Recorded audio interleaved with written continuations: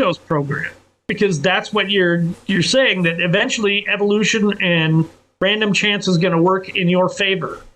The fact that nobody does this realizes that everybody realizes it doesn't work in our favor. Right. That's why the simplistic argument of Darwin was so enchanting, because he took the chance out of it. He said, well, it selects for survival. Which is hard to follow that as well. Yeah. Because what's necessary for survival? Right. You can go about a billion different ways and that's one of the other big why problems with atheism. Why did cells replicate from mitosis? They split. They replicate and split, replicate and split, replicate and split.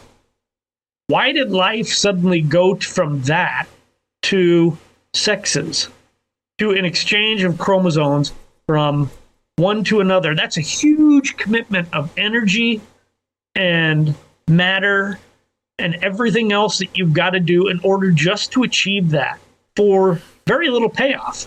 Yeah, you split, plant seeds for vegetation, asexual reproduction, full-blown sexual reproduction. You got all kinds of different things that happens, and how do you get from one to the other? Right. Why did anything evolve even at point? I mean, if bacteria can take over the planet, why is there need for anything other than bacteria? The only way you're going to get that is by trying to throw in a design hypothesis, which is, well, it's evolution's moving up. Well, no, it's not. It's just moving. There's no up, no down, no backwards, forwards. If you're going to have survival of the fittest, what stronger, more consistent, easier, simplified organism are you going to get than some sort of bacteria? Yeah. If you're going to get your super E. coli bacteria that can live off of anything, and there you go, it wins.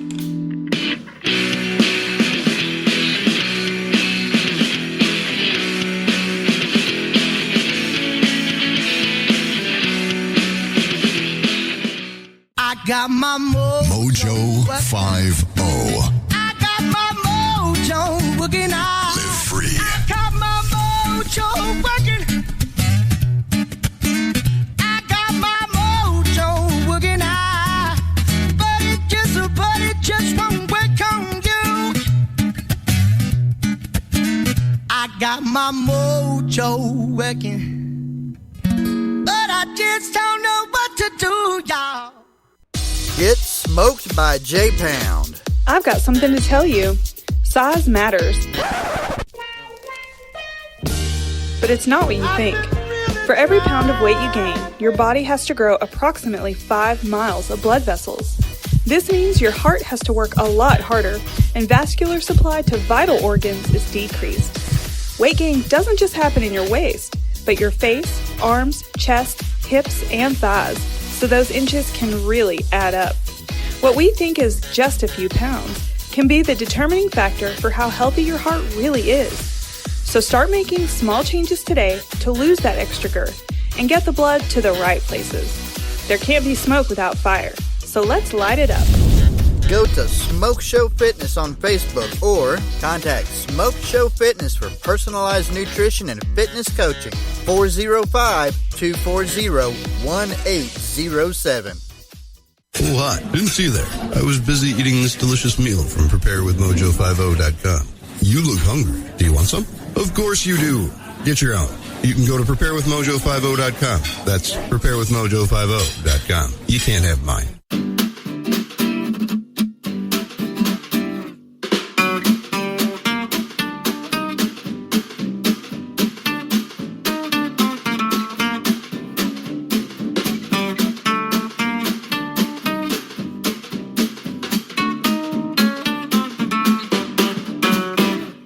What's outside of the design argument for the existence of God?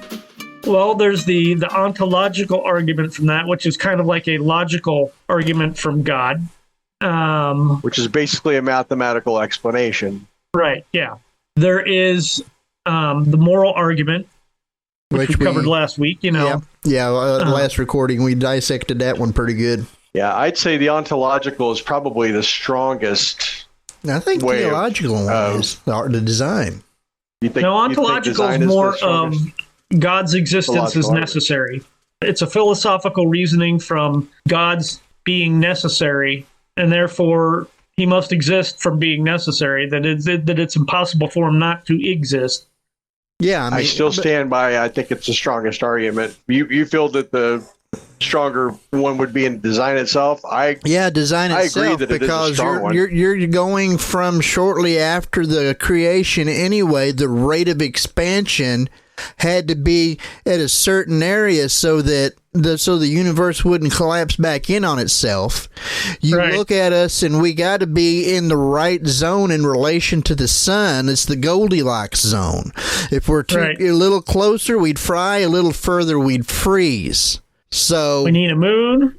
yeah, We need you need an iron core to create a magnetosphere. We would need the right tilt in order to have the proper season change and for our cycle to have to occur as it is. We need the solar system as it is. We need Jupiter out there where it's at in relation to us at the size that it is, because Jupiter sucks up all of the garbage and all of the stuff that could possibly hit us. It's our shield out there in the solar system. Water. Yeah. Water's a big deal. Water's one of the few elements that its solid form is lighter than its liquid form. All right? So when it freezes, ice floats. Yeah. If it did it the other way around, like say, like gold, you get solid gold, throw it into a bucket of melted gold, it sinks. If that happened, you'd have all the life killed off every winter. I mean, it's amazing all the little coincidences that have to be laid out in order for life to happen. It's just, not including the fluctuation of time, where time is different up on the mountain than it is in the valley, and the nuances of time itself. Yep. I mean, man, there's so many places to go with that. Yeah, I'll stand with you. I'll stand with you on that. Gravity would have to be at the level that it is, not too much stronger, not too much weaker. Otherwise, things wouldn't operate like they would.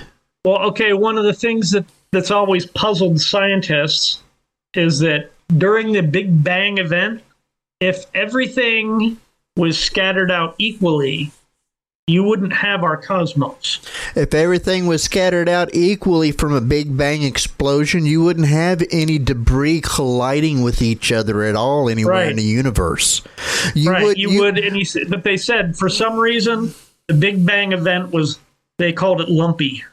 Yeah. There's actual lumps of matter that were of greater density in areas. Well, still, you're going to have that when a grenade explodes. But everything explodes out. Right. One part of the grenade hits another part of the same grenade unless they both impact the same item outside of the grenade itself. Right. Like they both bounce off of the wall of a building. Right. If there's nothing to hit, nothing in the grenade's going to hit each other. Right. But you see, you have gravity in effect at 10 to the minus 22 second Planck time is.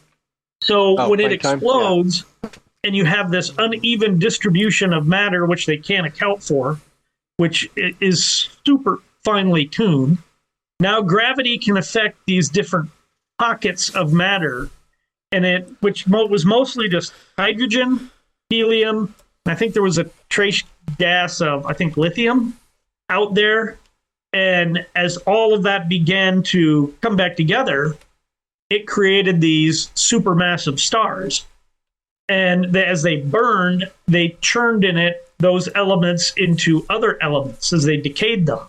Then eventually they collapsed, exploded, and all their elements went outwards, reformed in different stars, and it just kept going on and on and on in a process, that one of them would happen to be the Milky Way. And we happen to be parked just on the right side of the spiral arm on the Milky Way that we can observe the rest of the cosmos.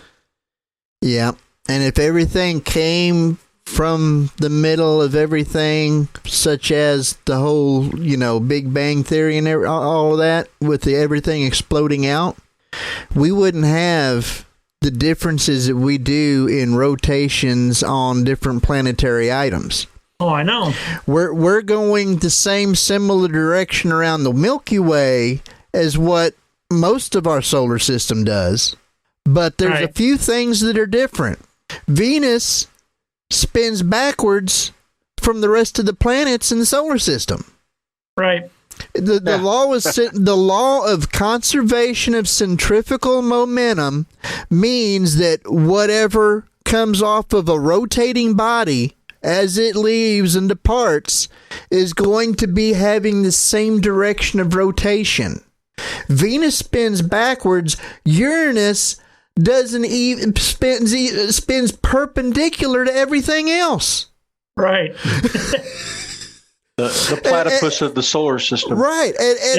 And some of the moons don't even spin the same directions as their own planets do. I heard one astronomer, and I don't think he was a Christian, but he said that it looks an awful lot like some of the bodies in our solar system were brought here. I would say the moon would be one of them, because the moon, every so often, it gets a little further away. Yep. Which means if you go backwards, that would mean it would have to be coming a little bit closer as you go back in time, right? Right. So I don't think the moon was where it was for billions and billions of years. You can make the argument that somehow we picked it up along the way, but... What's Hovind to say about... Do you have anything to say on that one? I know he's got Kent Hovind's idea is that it somewhere around about like the 10,000 year mark or prior to it, that it was the reason that all of the dinosaurs are extinct now, because they all got beheaded by the moon. I love Ken Hovind. I think Hugh Ross posted an article not too long ago where they showed that when the Earth was still basically molten, in its early stages, that we had a collision with a slightly smaller planet with an iron core. Its iron core was traded into us. The excess was spun off and cooled down and became our lone satellite, Moon. But again, all this is just mathematical presupposition, because then nobody witnessed it. My question then, and if that's the case, then it would be made out of virtually the same substance as the Earth is, right? Yep. Why doesn't it have its own atmosphere and vegetation and life and everything on it? Well, one, it has no magnetosphere, so basically the solar radiation just scours the thing. And the other thing is it's tidally locked. In other words, the dark side's always the dark. It has no seasons. It has no rotation. It just the dark side's not always dark. We refer to it as the dark side of the moon because it's locked in facing us as it goes around the Earth. So the backside of the moon does get light and dark. Okay, the other part gets light and dark as well. Right. But I'm just saying it has no rotation. It has none of the things that could make life possible. The elements might be there, but the movement prevents it from, but the lack of movement prevents it from allowing life to spontaneously come into being. And solar radiation ain't no joke. No. Yeah, there you go.